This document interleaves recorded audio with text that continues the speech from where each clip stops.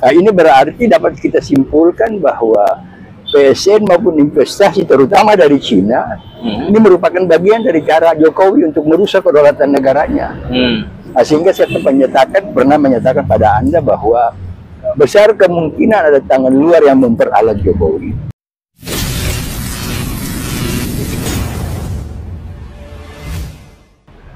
Assalamualaikum warahmatullahi wabarakatuh. Apa kabar teman-teman semua? Kita bertemu lagi di channel ini. Saat ini saya kembali sedang bersama dengan Bapak Amir Hamzah. Beliau adalah seorang pengamat kebijakan publik, juga seorang pengamat intelijen dan geopolitik. Pak Amir, apa kabar Pak Amir? Ya, alhamdulillah. Ya, teman-teman semua, kali ini kita akan menyoroti tentang investasi dan PSN di era Jokowi. Karena seperti kita tahu, investasi di era Jokowi ini, khususnya yang datang dari Cina itu justru menimbulkan keresahan di masyarakat. Kenapa? Karena investasi dari Cina itu ternyata juga mendatangkan tenaga kerja dari Cina. Sehingga rakyat bangsa ini yang sedang membutuhkan pekerjaan akhirnya tetap menganggur karena peluang yang ada diisi oleh tenaga kerja Cina. Nah, PSN-nya pun saat ini ada yang sangat bermasalah. Nah, kalau teman-teman mau tahu bahwa sepanjang 2016 sampai 2024 ini pemerintahan Jokowi itu sudah menyelesaikan 195 proyek PSN dengan nilai mencapai 1.519 triliun. Proyek-proyek ini dinilai bermanfaat bagi bangsa dan negara. Nah, kemudian ada lagi 14 PSN baru, di mana salah satunya itu justru sedang jadi sorotan publik karena itu menggusur masyarakat yang berada di area PSN tersebut. PSN yang saya maksud adalah Pantai Indah Kapuk 2 atau PIK 2 yang berada di sepanjang pantai utara Tangerang atau Pantura Tangerang, Banten.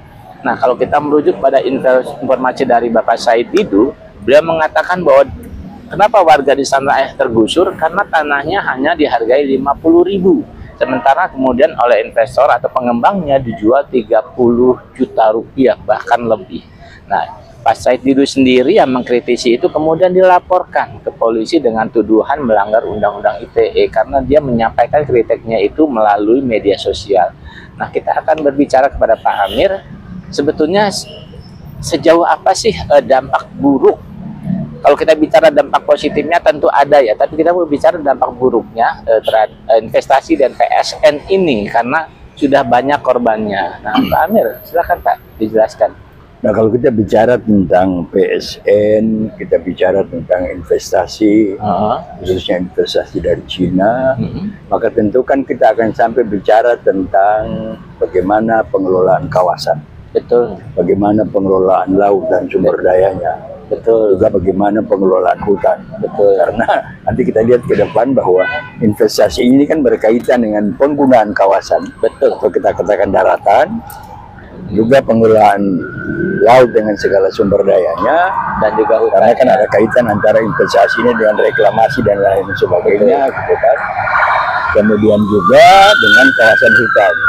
Nah, ini berarti bahwa masalah PSN maupun masalah investasi itu kan sangat berkaitan dengan apa yang kita sebut sebagai kedaulatan negara. Betul.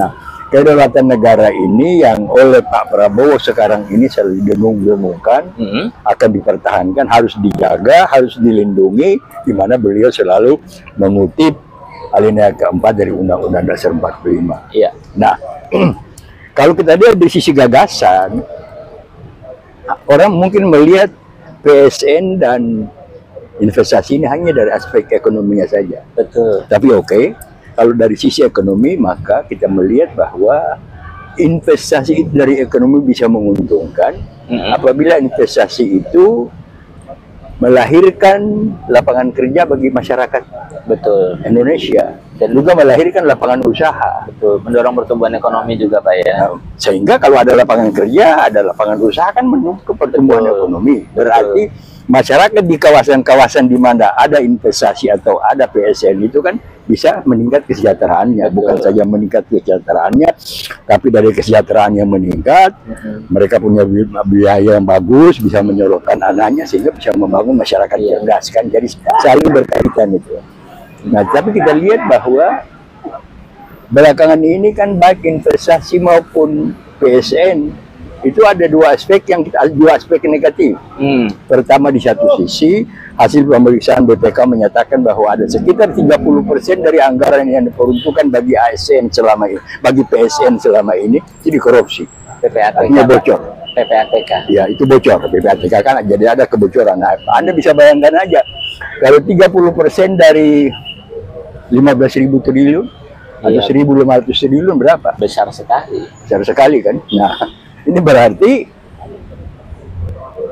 PSN dan investasi itu bukan saja tidak bisa melahirkan kesejahteraan masyarakat dalam bentuk lapangan kerja dan lapangan usaha, tapi juga kan terjadi korupsi. Betul. Nah, kemudian masyarakat kehilangan lapangan usaha.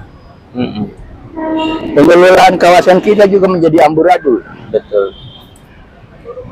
Pengelolaan hutan kita juga menjadi amburadul. Betul. Pengelolaan laut kita juga menjadi amburadul. Betul. Nah, sehingga dengan kata lain bahwa salah kaprah dalam mengelola kawasan wilayah atau daratan, mengelola laut dengan segala sumber dayanya, dan mengelola hutan juga menimbulkan aspek bagi rusaknya kedaulatan rakyat, baik kedaulatan negara. Betul. Nah, ini berarti dapat kita simpulkan bahwa PSN maupun investasi terutama dari Cina ini merupakan bagian dari cara Jokowi untuk merusak kedaulatan negaranya. Nah, sehingga saya pernah menyatakan pada Anda bahwa besar kemungkinan ada tangan luar yang memperalat Jokowi. Ya. Sehingga bisa dikatakan bahwa dia bekerja untuk kepentingan asing, bukan untuk kepentingan nasional kita. Betul. Nah, dampak negatifnya kan sekarang sudah terbuka walaupun baru dilihat hanya pada kasus PIK 2. Ya kan? Nah, tapi agak salah juga ya, tapi memang sudah didesain sedemikian rupa dengan menggunakan undang-undang ITE untuk melaporkan Pak Said Didu ke kepolisian. Padahal yang dilakukan oleh Pak Said Didu ini kan merespons laporan masyarakat kepada beliau. Betul. Karena masyarakat tidak berani membuka itu karena mereka berada dalam intimidasi dan lain sebagainya, sehingga mereka meminta Pak Said Didu untuk itu. Tapi alhamdulillah bahwa belakangan ini bukan saja Pak Said Didu, tapi komponen-komponen masyarakat dari Banten, sebagian dari Jakarta juga ya sudah ikut bersama-sama dengan Pak Said Didu untuk memperjuangkan dan malah terakhir untuk mereka menuntut supaya dibatalkan proyek ini. Tapi saya pikir bahwa karena proyek dan investasi ini sudah melahirkan banyak masalah yang terutama mengganggu kedaulatan negara, menghilangkan hak-hak rakyat. Jadi hak-hak rakyat untuk sejahtera, hak-hak rakyat untuk memperoleh pekerjaan, hak-hak rakyat untuk memperoleh pendidikan, hak-hak rakyat untuk memperoleh kesehatan, kan semuanya terganggu. Betul. Nah, sementara hanya sekelompok aja, termasuk misalnya anak dan mantunya terlibat di Maluku Utara dalam pengertian dalam skandal Blok Medan dan lain-lain sebagainya. Betul. Maka inilah yang harus menjadi perhatian Prabowo nanti apabila dia dilantik pada tanggal 20 Oktober. Caranya dia harus punya keberanian, karena dia sudah selalu mengulang-ulang bahwa akan melindungi bangsa dan negara ini sesuai dengan amanat pembukaan Undang-Undang Dasar 45. Maka untuk memperbaiki ini semua, termasuk salah satu dari tuntutan masyarakat di Banten mengenai PIK 2, bukan membatalkan, tapi melakukan nasionalisasi. Melakukan nasionalisasi. Jadi semua investasi, perusahaan-perusahaan investasi, semua perusahaan-perusahaan yang mengelola PSN itu harus dinasionalisasi. Di mana pelaksanaannya, struktur kepemimpinan organisasi dari pelaksana proyek PSN maupun investasi itu harus di atas 50% berada di tangan putra-putri Indonesia. Nah, saya kira kita punya banyak tenaga untuk itu. Kan? Nah, saya kira hanya dengan nasionalisasi itulah yang didahului oleh keberanian politik Prabowo untuk bersama-sama dengan komponen bangsa lainnya memberlakukan kembali Undang-Undang Dasar 45 yang asli, maka perbaikan dari nasib masyarakat yang selama ini terlunta-lunta, terkatung-katung, malah ada juga yang ditahan dan lain sebagainya. Kita nggak tahu kan, kalau kita baca di Facebook maupun ada di WhatsApp yang dikirim dari Kalimantan, dari mana-mana kan ada tindakan-tindakan yang tidak manusiawi dari aparat penegak hukum kita terhadap masyarakat adat dan lain sebagainya. Seperti juga para masyarakat adat yang ada di wilayah IKN, masyarakat adat yang ada di Morowali, masyarakat adat yang ada di Halmahera, dan lain-lain sebagainya. Nah, saya kira di sinilah Prabowo harus punya keberanian belajar dari Bung Karno. Tahun 50 sampai tahun 60-an itu kan kondisi kita masih lemah. Iya. Ya kan? Tapi untuk perbaikan ekonomi kita, untuk kesejahteraan rakyat kita, untuk memelihara kedaulatan negara kita, Bung Karno dan Bung Hatta tidak segan-segan melakukan nasionalisasi. Ya kan? Perusahaan minyak zaman Belanda yang namanya BTM dinasionalisir dan menjadi Pertamina. Perusahaan besar penerbangan Belanda yang namanya KLM dinasionalisir menjadi TNI Garuda. Perusahaan Belanda di bidang perkapalan yang disebut KPM dinasionalisasi dan menjadi TNI. Ya kan? Malahan ya fase bank dinasionalisir menjadi Bank Indonesia, menjadi bank sentral. Iya. Nah, padahal kondisi kita pada saat itu masih lemah kan? Tentara kita masih amburadul, militer kita masih amburadul, polisi kita juga masih organisasinya, personel dan segala macam juga masih amburadul segala macam. Tapi karena semangat nasionalisme yang tinggi, semua komponen yang dalam kondisi belum sempurna, dalam kondisi belum layak sebagai satu institusi keamanan negara, institusi pertahanan negara, bisa memberikan dukungan kepada Bung Karno pada saat itu untuk melakukan nasionalisasi. Nah, jadi saya kira barangkali singkat saja, harapan kita kepada Jokowi adalah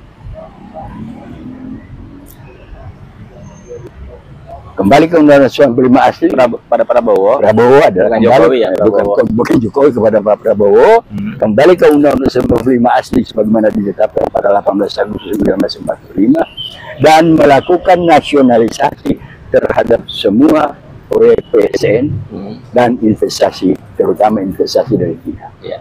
Pak, mungkin memang masalah di PIK 2 itu bisa selesai kalau terjadi nasionalisasi itu ya. Tapi kan kita tahu bahwa diduga pengembangnya itu bagian dari oligarki, diduga. Nah, pertanyaannya, apakah mungkin Prabowo berani melawan dari oligarki yang selama ini diketahui memang sebagai sebetulnya penguasa real di Indonesia? Oligarki yang lain kan ada di dalam kan, Ya, ada di luar. ya. Kalau di luar itu kan mereka mendapat support finansial dan lain-lain sebagainya. Tapi dulu yang dihadapi Bung Karno kan oligarki itu dari luar. Ada Ya. Belanda, ada Jepang kan, ada juga Inggris dan lain sebagainya bantu Belanda. Ya kan dia berani melakukan nasionalisasi. Ya. Ya. Dengan kekuatan yang saya bilang tadi kan, Ya. TNI kita masih sederhana, polisi kita masih sederhana, struktur kenegaraan kita pun masih sederhana. Nah, tapi jangan lupa ke depan itu sebagai apa yang diangan-angankan oleh Jokowi, oleh Prabowo, yang didukung oleh DPR sekarang yang sudah mempersiapkan undang-undang tentang kementerian yang tidak membatasi jumlah menteri kan, memberi kebebasan. Nah, kalau nanti misalnya Prabowo menyusun menterinya lebih dari yang ada sekarang, maka dampaknya itu akan ke daerah akan makin banyak. Ya, memang. Dampaknya apa? Harus ada pertama di tingkat pusat, harus ada nomenklatur baru di APBN. Sesuai kementerian Iya. baru. Jadi kan kementerian baru itu kan harus ada kodifikasinya dalam APBN kan. Iya. Nah, kemudian kementerian baru itu kan punya kewenangan. Nah, dilaksanakan ke daerah kan organisasi ke daerah. Betul. Berarti seluruh provinsi, kabupaten, kota ini harus melakukan perubahan organisasi daerah. Betul. Ya kan? Nah, katakan saja sampai sekarang ini kan di daerah, baik provinsi, kabupaten, kota, belum ada satu instansi pun, belum ada satu dinas pun, belum ada satu badan pun, belum ada satu BUMD pun yang bertugas mengelola makan siang gratis. Ya kan? Nah, kalau kebijakan ini ditetapkan di tingkat pusat, dikelola oleh seorang menteri ke daerah, gimana? Nah, kalau terjadi perubahan struktur di pusat itu, terjadi struktur di daerah, maka di daerah juga postur APBD-nya juga akan mengalami perubahan karena ada nomenklatur baru dan lain sebagainya. Nah, itu Nah, Anda bisa bayangkan, begitu nanti Prabowo mengumumkan kabinetnya pada tanggal 6 atau 7 Oktober nanti, bagaimana kesiapan daerah untuk itu? Nah, itu dia makanya Pak, dengan jumlah kementerian yang banyak kan tugasnya jadi makin banyak nih. Iya. Bagaimana mungkin dia bisa menyelesaikan masalah PIK misalnya dengan Justru PSN karena itu? Justru karena itu. Dan maka ada cara yang bisa cara seperti yang pernah dilaksanakan oleh Pak Sutioso di tingkat DKI Jakarta pada memasuki tahap periode kedua dia. Itu slogan beliau itu adalah frase yang beliau gunakan itu dalam rangka menata organisasi Pemda DKI Jakarta. Frase yang digunakan oleh Pak Sutioso adalah organisasi yang ramping struktur tapi kaya fungsi. Ya kan? Iya. Nah, tapi kalau sekarang ini kan enggak kan? Makanya Strukturnya besar, betul. tapi fungsi-fungsinya kan belum kita tahu gitu. Nah itu dia. Malah akan mempengaruhi, akan menimbulkan dampak negatif bagi fungsi-fungsi organisasi pemerintahan di tingkat provinsi maupun kabupaten kota. Makanya. Nah, ini persoalan yang harus dipikirkan oleh para kelompok pakar yang sekarang ada di sekeliling Pak Prabowo untuk melihat bahwa masalah ini tidak hanya bisa dilihat dari aspek ekonomi saja. Dari aspek ekonomi saja kan sudah terjadi banyak kerusakan.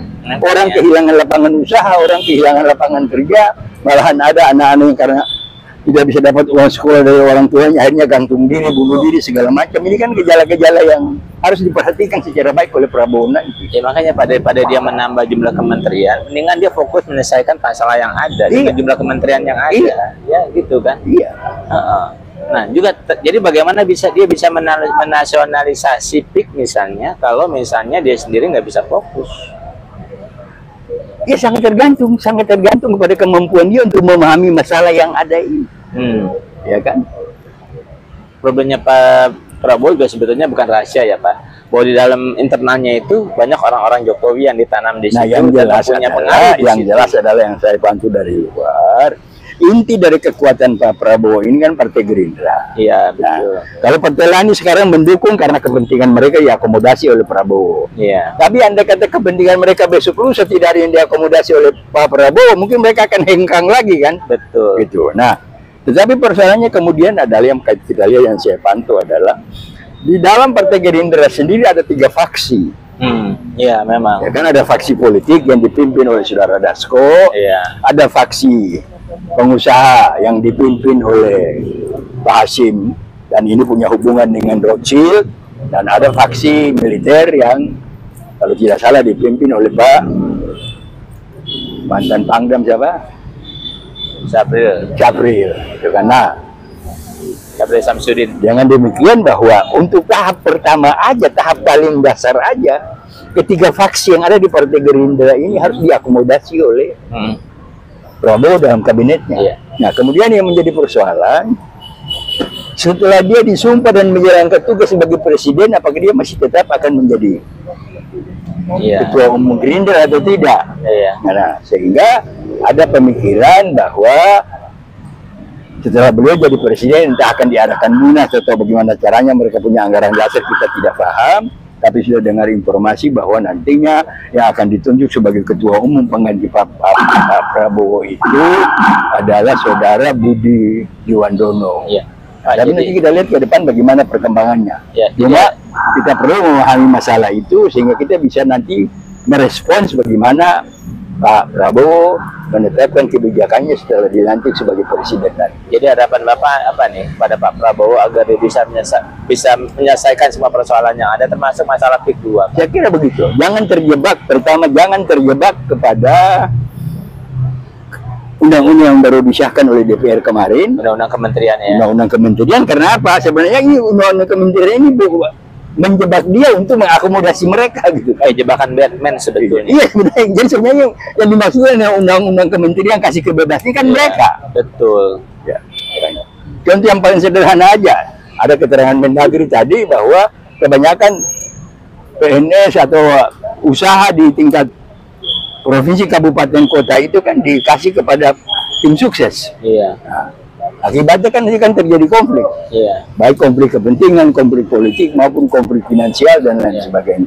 Jadi yang pertama adalah jangan terjebak pada undang-undang itu, tapi bangunlah satu kabinet yang ramping struktur tapi kaya fungsi. Iya, dan nggak perlu lah bikin kementerian sampai 44. Fokuskanlah pada apa yang selama ini sudah beliau laksanakan, beliau katakan, beliau ucapkan adalah melindungi segenap bangsa dan seluruh tumpah darah Indonesia, yang kemudian dibumbui dengan lu korupsi, gua kejar lu sampai kemana? Iya, Ya kan? Saya kira itu yang kita harapkan kepada Pak Prabowo nanti. ya teman-teman semua, memang saat ini para tokoh nasional itu memang banyak sekali yang berharap kepada Pak Prabowo untuk bisa menyelesaikan permasalahan yang diciptakan oleh Pak Jokowi saat ini, terutama di masalah sosial ya Pak ya, ekonomi, politik dan lain-lain gitu ya.